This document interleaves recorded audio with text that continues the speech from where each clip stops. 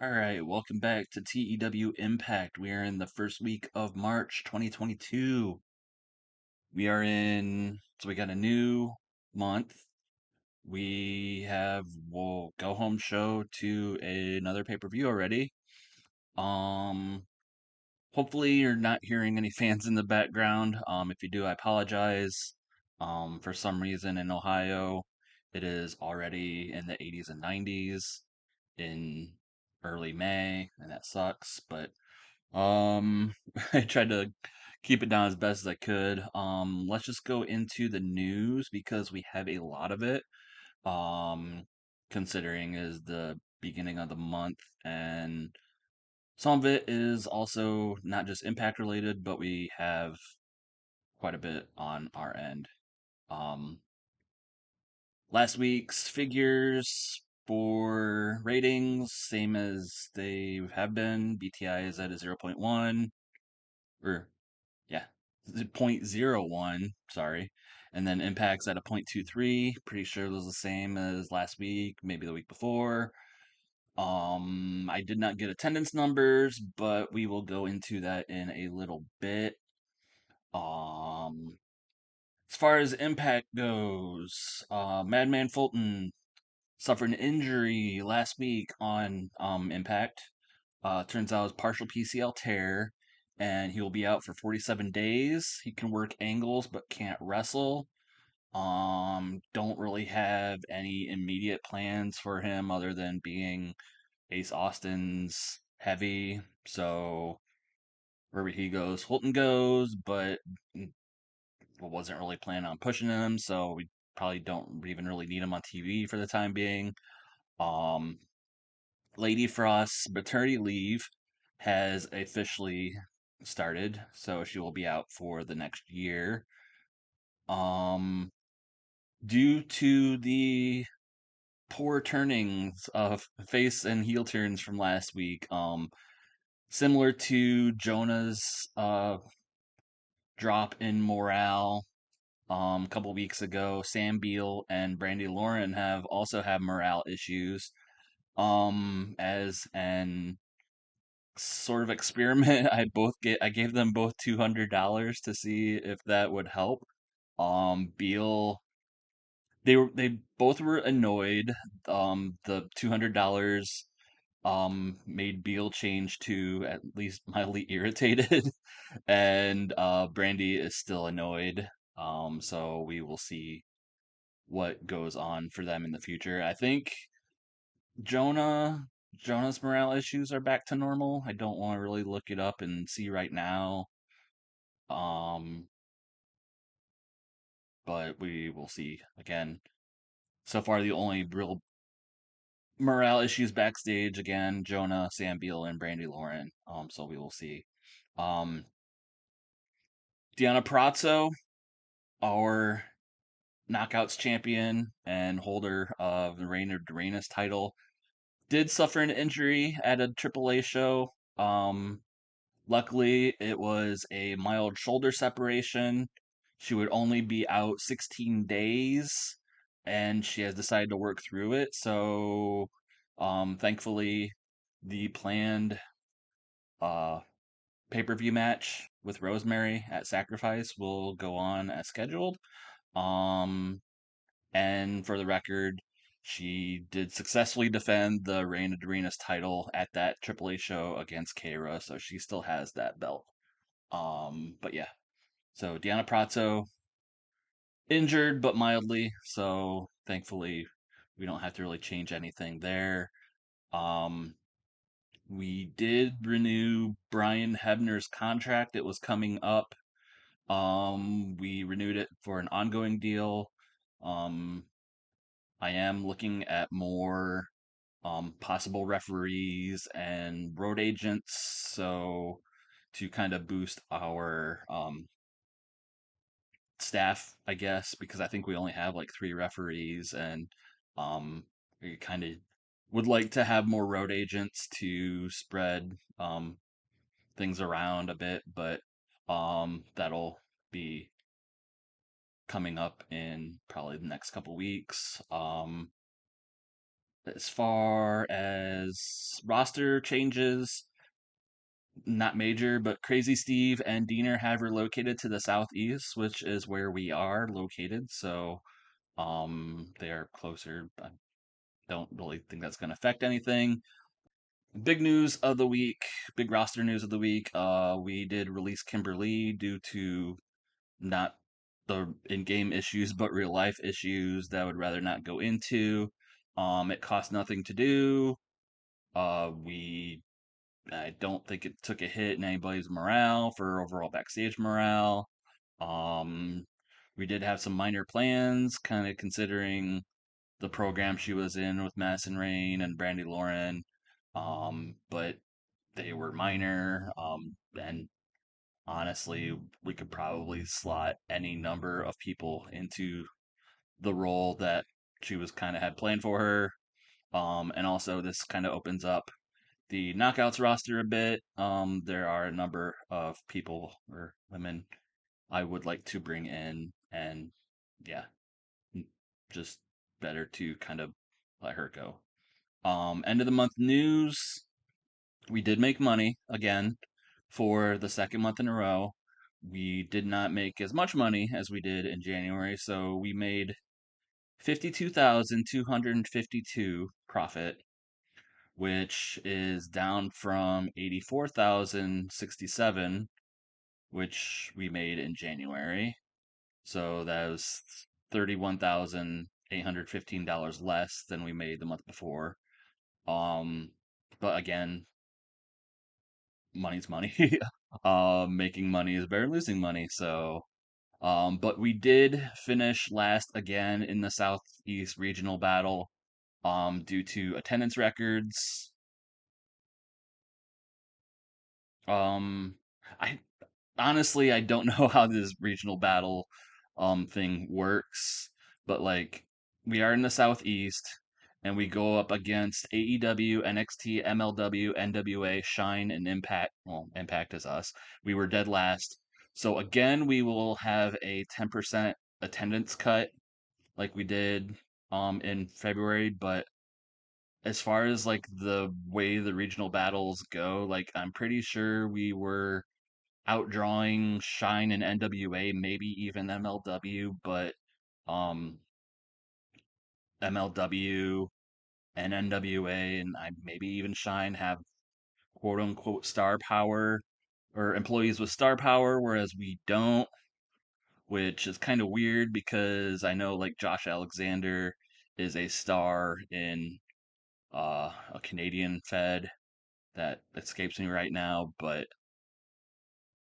apparently he's not a star for us, so I don't know how that stuff works, but um we are kind of hurting because of it as far as attendance goes.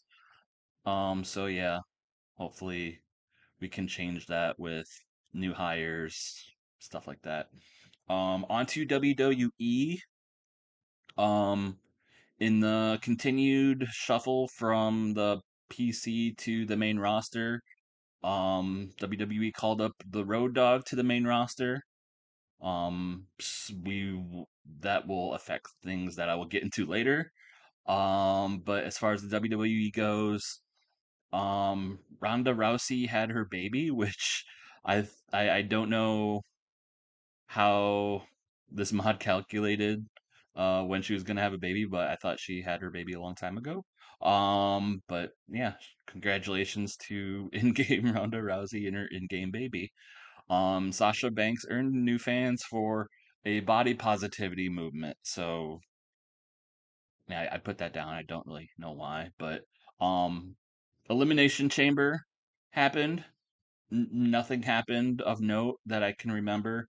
If I remember to grab the uh match card, I will put it up here, but um, I might just do that just to pad this out because again, a lot of news. But everyone that had titles on the line, everyone retained. There were actual no actual chamber matches. So I don't know what's going on there. And then as far as roster, Kaden Carter extended her deal with an exclusive written contract, so she is still on the roster, and I believe that uh, is a still a developmental NXT roster, which we will go into NXT. Remember how I mentioned Road Dogg has been called up to the main roster. I think he was either running NXT or was the head booker because now that caused some changes in NXT. NXT is now officially owned by Canyon Ceman, and I think he might be the head booker as well. Well, technically the head booker. There was a notice that the head booker position is now open and available to the change in ownership of NXT. And they have decided that they are not accepting workers, quote unquote, on excursion from WWE. So, um, I guess people on the main roster cannot go down to NXT anymore.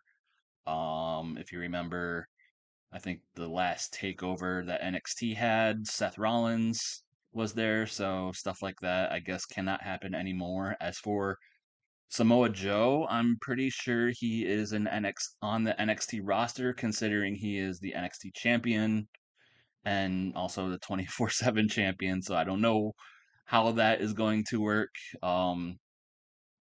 Maybe I guess he, you know, logically he could go to the main roster.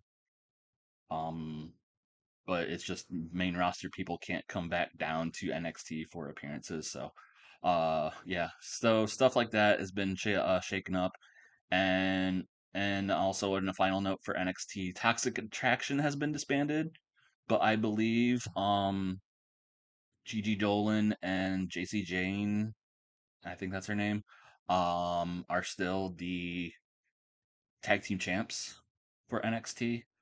So uh, maybe it's just they're not with Mandy Rose anymore. So yeah, big news in WWE slash NXT. As for the rest of the wrestling world, AEW, Penelope Ford has extended her deal with a handshake deal. AAW, TJP has quit. Has made a stir much like last week, I think, or the week before, where Austin Aries had quit Defy. So, kind of birds of a feather there, just I guess ego problems. um, Triple A Roosh was kicked out of Los Ingobernables. So, figured that was somewhat worth mentioning. GCW, something worth mentioning for them. They did increase their production values. Their broadcast quality is upgraded to Hired Pro. Music is upgraded to local music and live event experience to medium. They did run a show last week where in the main event, uh, in a cage match, Joey Janela and RSP formed a tag team to defeat Jimmy Lloyd and Chris Bay. Again, GCW's roster in this game is somewhat out of date because I don't remember last time Chris Bay wrestled for GCW, but there we go. Figured that was worth mentioning since we do still use Chris Bay. Some title changes elsewhere. CMLL Ultimo Guerrero defeated Volador Jr. for the NWA World Historic Welterweight Championship.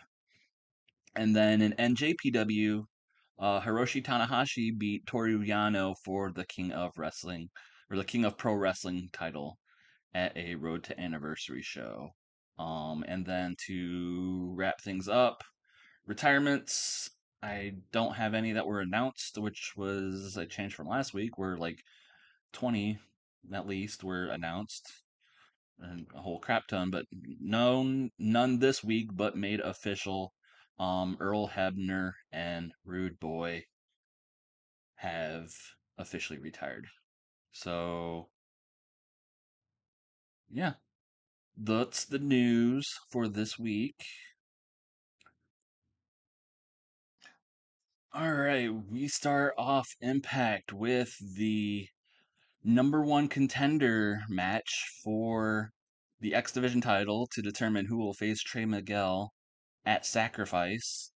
Um, we have Sam Beal and Laredo Kid and Speedball Mike Bailey making their entrances. Well, we don't. I imagine we only really get Speedball's entrance as TV starts. But then before the match starts, Homicide comes out with a mic. He's the, as you know, the enforcer, quote, of the X Division title. And he takes the mic and he's like, I respect all this new talent in the ring, but, this is, we're in the 20th year of Impact. And I thought uh, we could bring out some, OG, you know, Impact, Impact players, if you will. And, Sam Beal and Mike Bailey and Lurie Kid looking at each other, and Homicide's like, "Oh no, don't worry, it's not me, it's this man." And out comes Shark Boy. Shark Boy making his return to Impact. Um, he debuted his Shark Boy gimmick, which of course, and it got an initial of great rating of great. So, Shark Boy has been inserted into the number one contenders match coming up, segment rating of 27, and in that match, Shark Boy wins. Shark Boy pins Sam Beal with the chummer. Basically, the story of the match is of course, Shark Boy having not really wrestled that much recently. See him, he might be a little bit out of shape. He's older than he used to be. Somehow still a boy though. But uh, Sam Beal, like he said last week, wanting to prove himself, earn a X Division title shot. Mike Bailey wanting to get back in the game, Laredo Kid wanting to get back in the game, and it's really Bailey and Laredo kind of impressing with their skill. But it's Sam Beal taking the surprise pin from Shark Boy, kind of while Bailey and Laredo are too preoccupied with each other. Segment rating of 32. And then after the match, the announcers put it over. I don't have it here, but like, kind of imagine like Trey Miguel comes out to the stage and he's kind of like clapping, kind of like not really taking it seriously, but kind of like, all right, I get to face Shark Boy. I get to defend my title against Shark Boy at Sacrifice this weekend. So, and the announcers put that over that Shark Boy's the number one contender, and we have a title match set. Unfortunately, segment rating 14, but that's really only like a minute long segment. And then kind of have my fingers crossed for this next segment. You might see. Uh, so we get um kind of a pre-taped segment. We have Swingers Crew, uh, Johnny Swingers, Zicky Dice, Hernandez, Johnny Bravo. They're all crammed into a van. They drive up to the address that was given to them last week. Zicky's the one, or well, let's say Bravo's the one driving. You need to give him something to do. And they pull up to this like unmarked warehouse, and they're just kind of like, this is the place that was on the note. I don't know what is going on here, but let's see. They get out, they look around, there's nothing going on. There's a door and kind of like a piece of paper with Swingers Casino written on it and a door. And they just kind of all shrugged and like, all right, let's go inside. They go inside and suddenly there's actually this lavish casino inside of this dilapidated warehouse.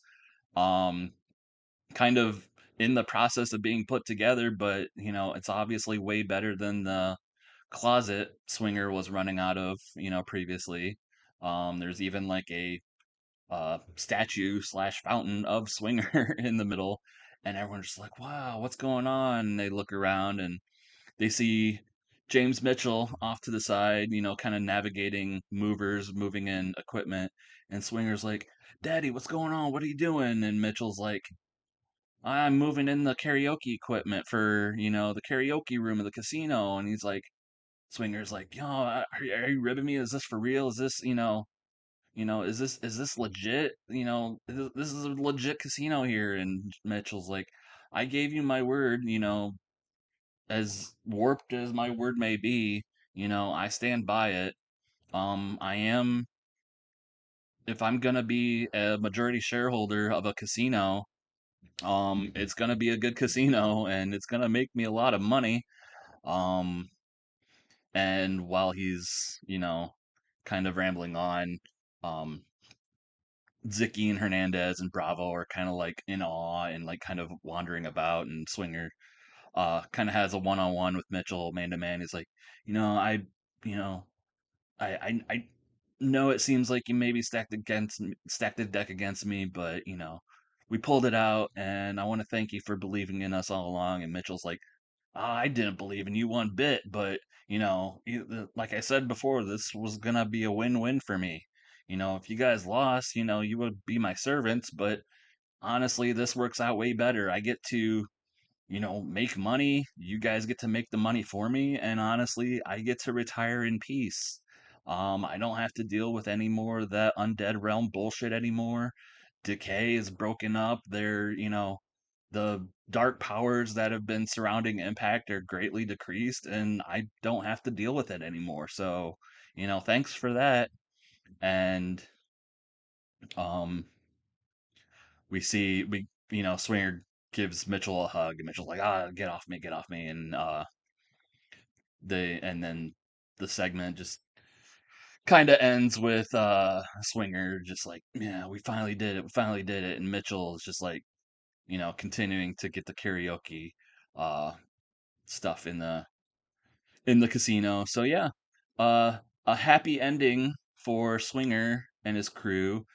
Mitchell,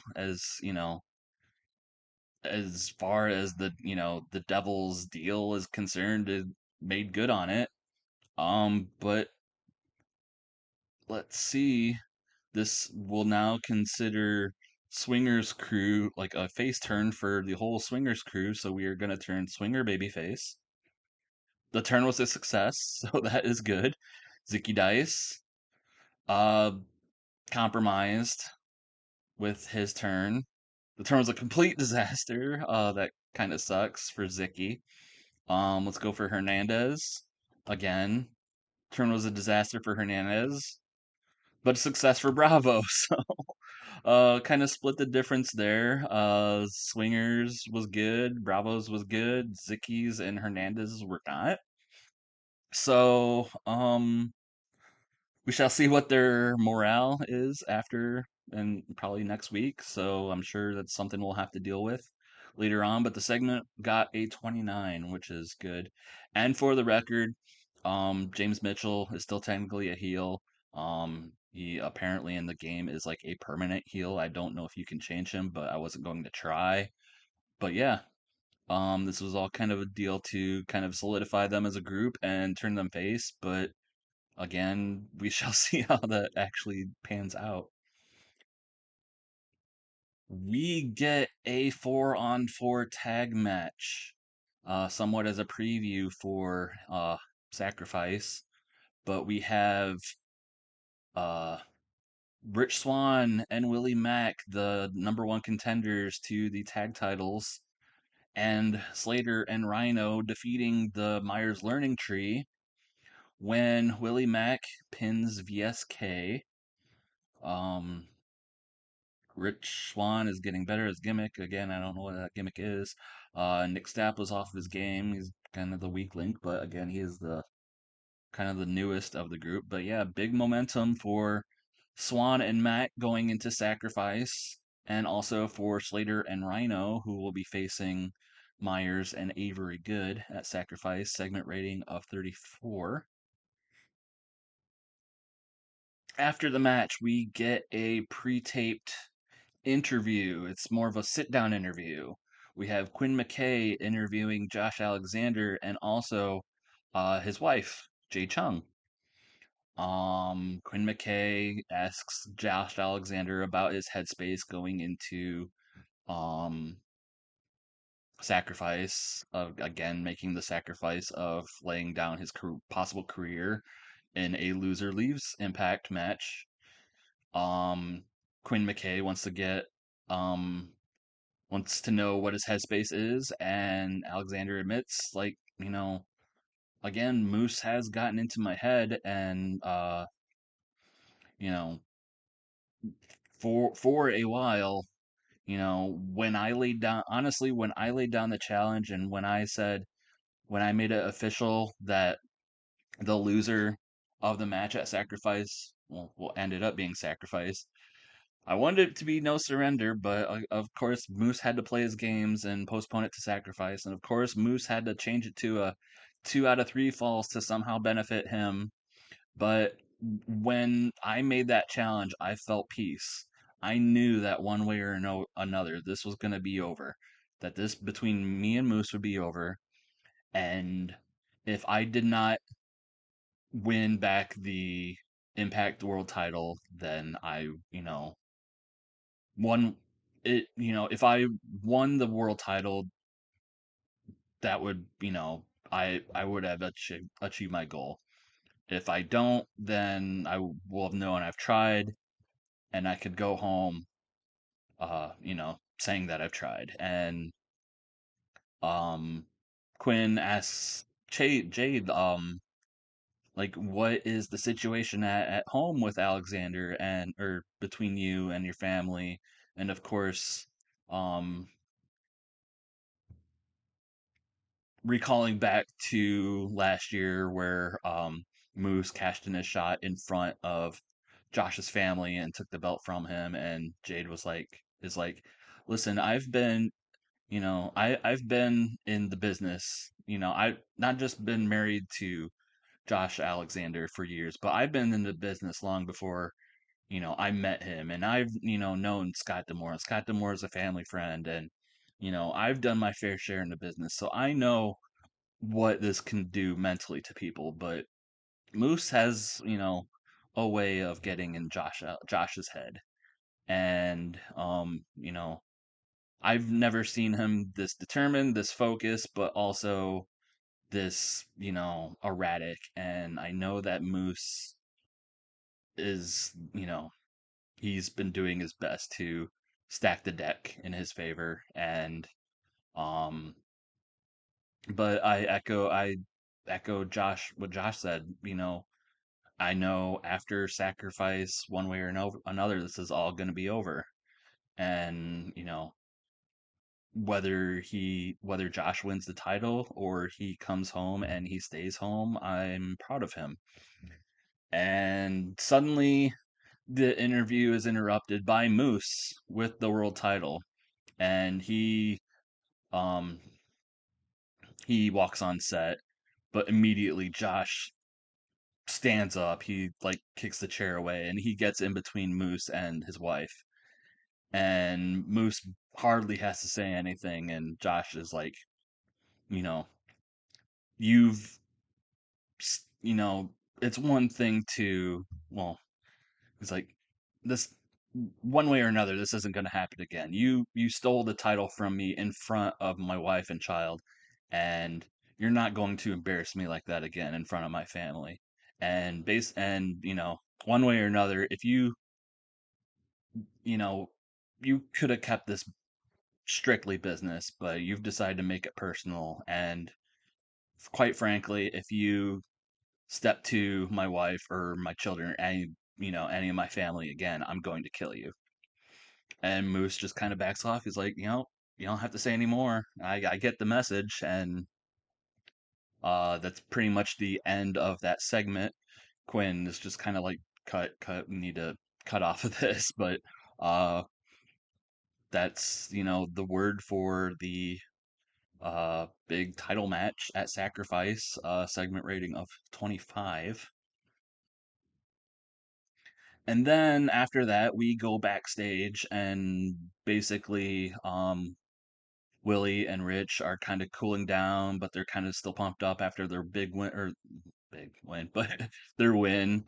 Willie getting the pin. They're just like, yeah, let's ride this momentum to the, to the pay-per-view and let's get those belts. But then the Good Brothers show up and lay them out backstage. So, and of course, having just been through a four-man or an eight-man tag, that they're quite tired. So of course, it doesn't take much to put them out. Um, but a segment rating of 40. Fortunately, Willie Mack performed poorly, but Carl Anderson's getting better at his gimmick. But again, Good Brothers segment getting good ratings relatively for us. So yeah, um, Good Brothers versus Willie Mack and Rich Swann for the tag titles at Sacrifice. And then we get Brody King and Tyler Bateman coming out to the ring and they take the microphone. It's they both kind of get their fair share of talking, but their message is kind of the same. They say their attack last week on the Wolves, laying them out, wasn't necessarily personal, but if they wanted to make it personal, they have no problem with that because they want to put Impact's tag division on notice that they have come and all they want to do is spread the gospel of violence, which seems to be their new tag name, is the gospel of violence. And then Violence by Design, their music hits, and out comes Joe Doring and Diener, and Diener is kind of speaking for Joe Doring, but he's like, "Oh, you want to talk about violence? We're Violence by Design, and you know, we're you know, we're not gonna stand by you know, you guys think you know violence? We are violence, blah blah blah." And basically, Diener lays out a challenge, and it looks like we have a tag team match for the pre-show of Sacrifice. Violence versus violence. We have Violence by Design versus the Gospel of Violence. And we shall see what comes up with that. This will be Brody and Bateman's first match in Impact. So they kind of have a big task ahead of them to establish themselves as they want to in the tag division. Segment rating of 26. And then in a match that uh, was made last week, Steve Macklin gets somewhat of an upset against Chris Sabin.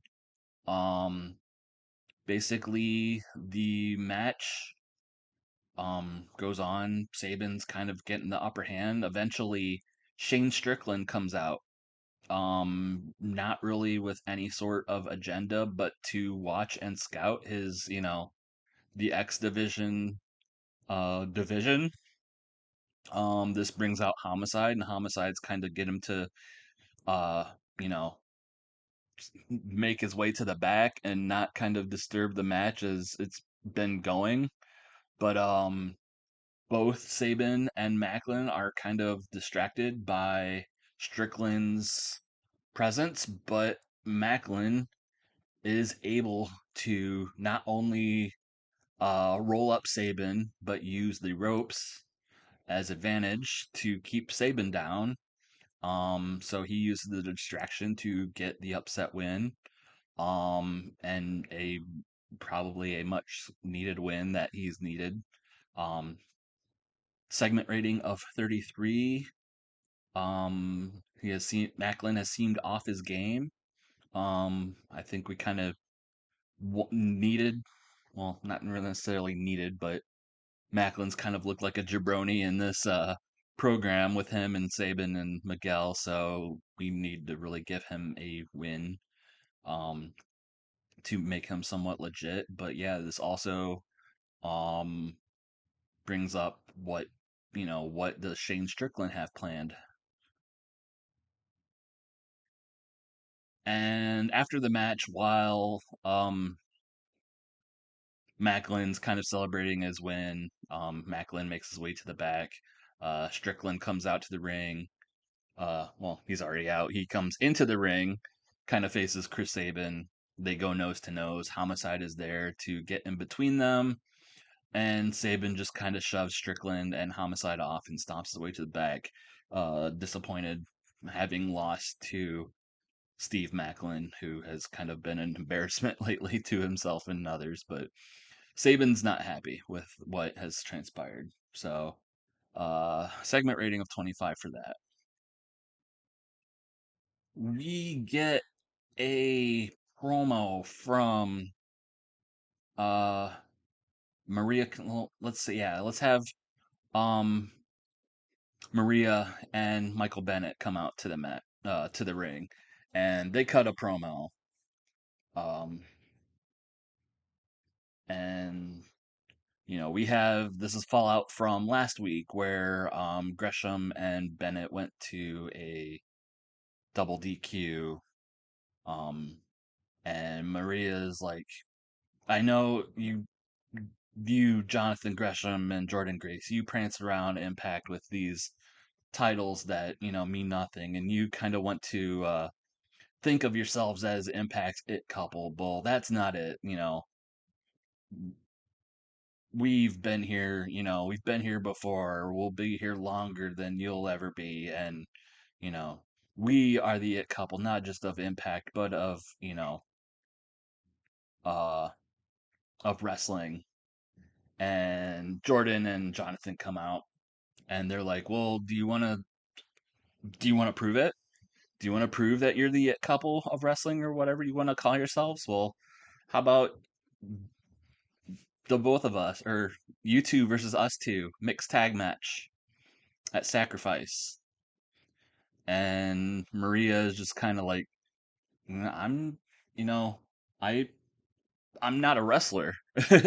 um, she kind of, uh, she kind of like tries to back down, but she's like, I'm not a wrestler, but if it gets the two of you to finally shut up, which even though she's the one that's doing most of the talking, if it gets the two of you to shut up, I'll do it. I have faith in my husband. My husband's been held down by this business, and he gets, I'm sure he needs this. He went, or sorry, I'm sure he, deserves his time to shine, and I'm gonna give that to him, and you know, we're gonna defeat you at Sacrifice. Blah blah blah. Segment rating of 39. Michael Bennett is getting better at his gimmick, and then after that, we see Gail Kim, kind of doing things backstage when she is approached by Chelsea Green, and Chelsea's like, I just heard what happened in the ring. I know the match has just been announced, blah, blah, blah.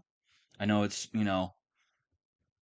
Mike and Maria versus Jonathan Gresham and Jordan Grace. You know, I know that just happened, but put me in as the guest referee. And Gail's just kind of like confused, and Green's like, after the things Maria has said about me and my husband, I I want in, and I want to teach her a lesson. And Gail's just like, I this is you're not being exactly being impartial, but I'll if it means that much to you, I'll put you in there. So we have Maria Kanellis and Mike Bennett and Jordan Grace and Jonathan Gresham with Chelsea Green as guest ref.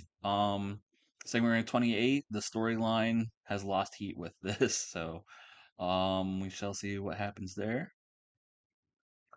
And then after we come back from commercial break, we have our next match, but Deanna Pratzo comes out.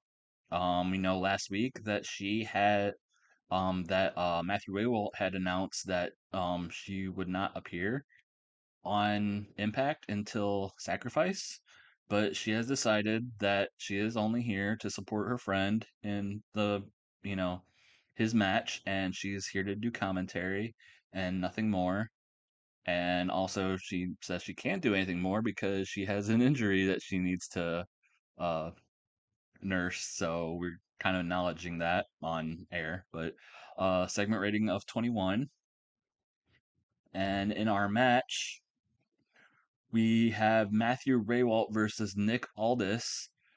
Um, we are kind of I know that Nick Aldis is technically not. We're kind of playing him as not a member of the Impact roster, and um, something that I kind of forgot to mention in the that sit down interview that there is no Scott Demore um tonight, so everything's kind of in chaos. Nick Aldis, despite not being a contracted talent, it does have a match tonight. So we're kind of using Demore's absence from after being laid out last week accidentally by Josh Alexander. Um, that things are kind of in chaos and we're kind of letting things slide.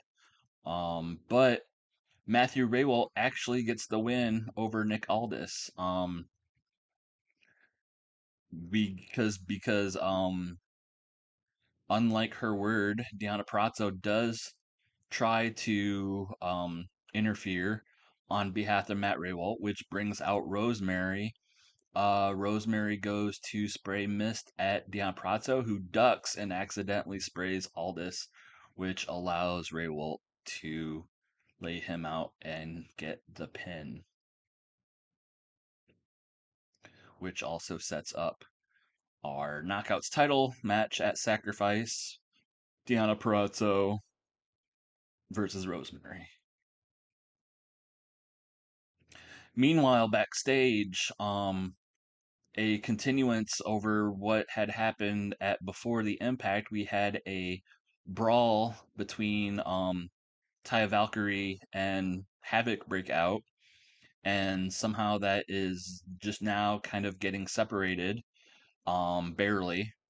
They're being held apart. They're trying to calm down, but they kind of are like poking at each other. And Gail's like, "All right, we had you two brawling on before the Impact. We had a tag match, knockouts tag match that went to a double DQ because of everything getting out of control in that match.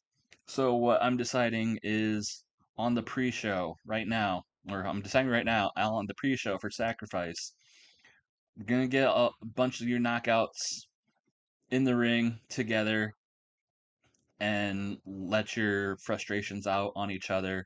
We are going to have a 10 knockout battle royal, and the winner will become the next number one contender to the title. And that, she's like, Taya, you're in, Havoc, you're in.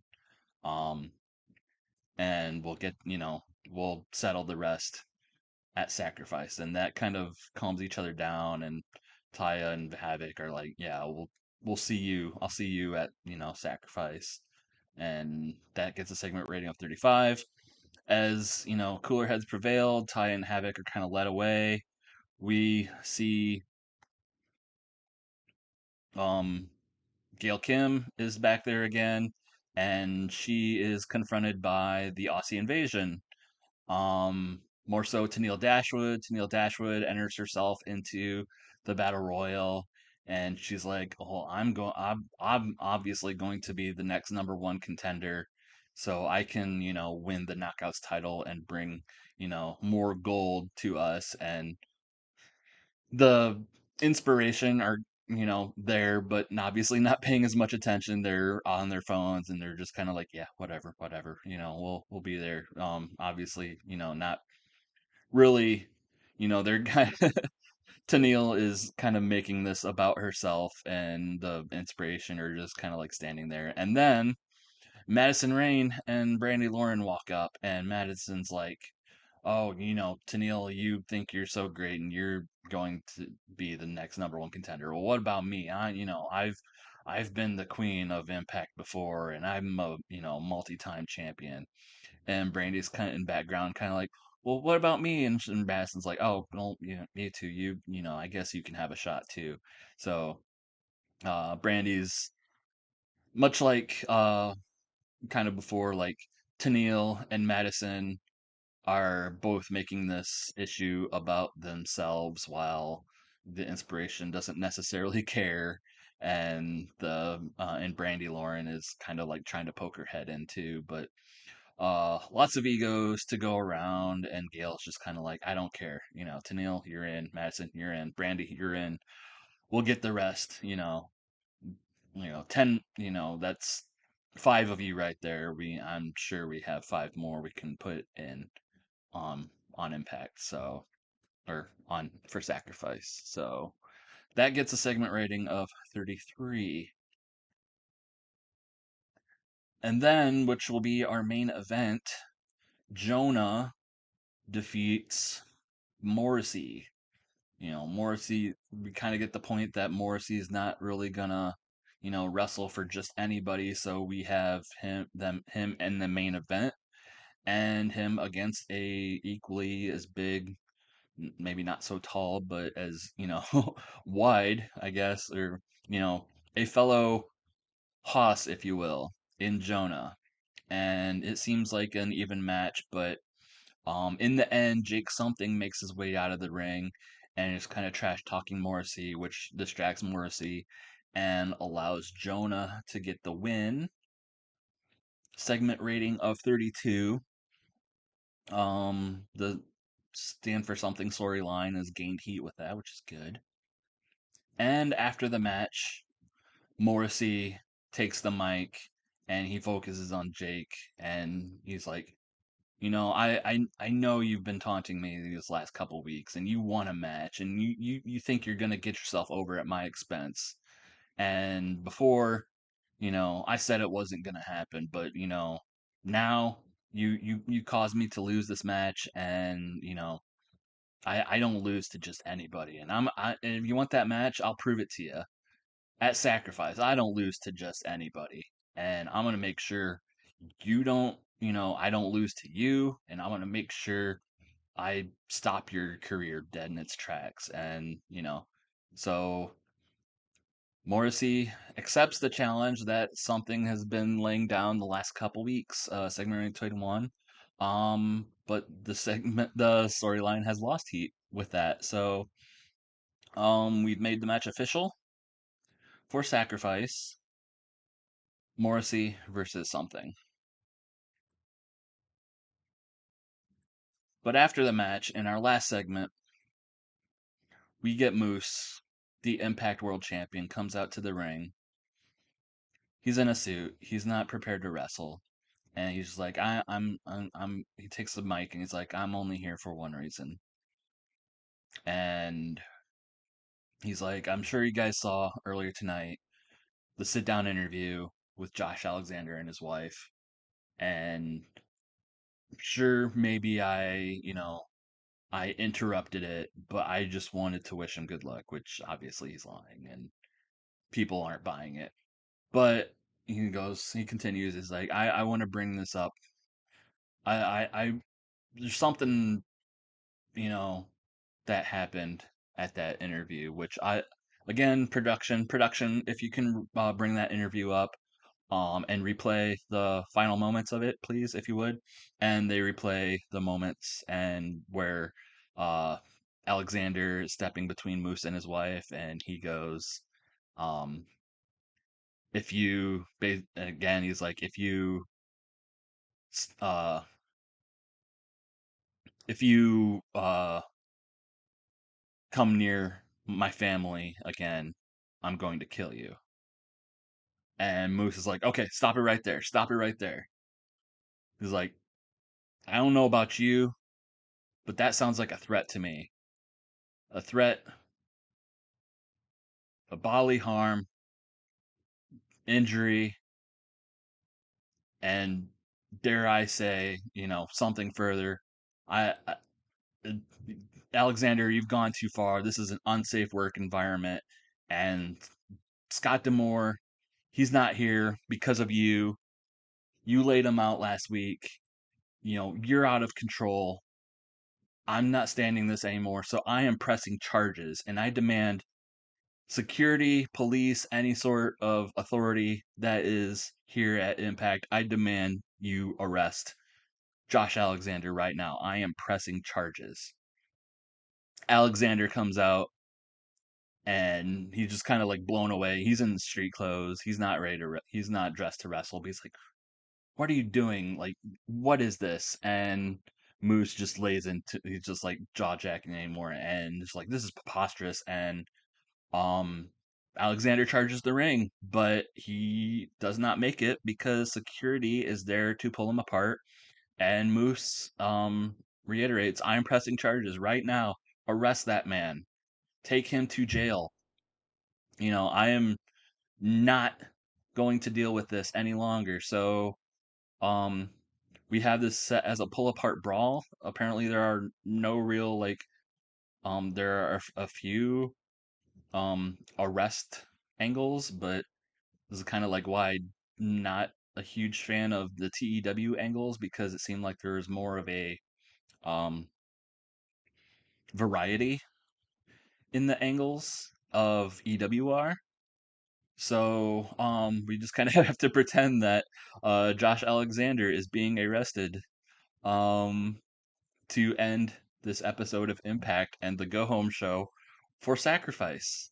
Um, Thankfully, this gained heat, a segment rating of 38. Um, the end of the show, overall rating of 32. So, with that, we shall see. And let me bring up my super cool card graphics. Again, Impact presents Sacrifice March 5th, 2022. The main event, which uh is in jeopardy now because Josh Alexander has been arrested. But the Impact World Championship match, 2 out of 3 falls. Loser leaves Impact. Moose defends against Josh Alexander. Winner will become world champion. Loser must leave. But will the match happen? We shall find out at Sacrifice. Matches that are guaranteed to happen. Um, the Impact World Tag Team Championship. The Good Brothers defend against Rich Swann and Willie Mack. The Impact Knockouts Championship match. Deanna Peratzo defend against Rosemary. The X Division Championship match. Trey Miguel will defend against Sharkboy, of all people, the returning Sharkboy. Um, in a mixed tag team match, the Ring of Honor World Champion Jonathan Gresham and the Impact Digital Media Champion Jordan Grace will face Mike Bennett and Maria Kanellis with special guest referee Chelsea Green. We have a burgeoning grudge match of sorts with W. Morrissey versus Jake Something. We have a tag team match of Brian Myers and Avery Good, professional wrestler, versus Rhino and Heath.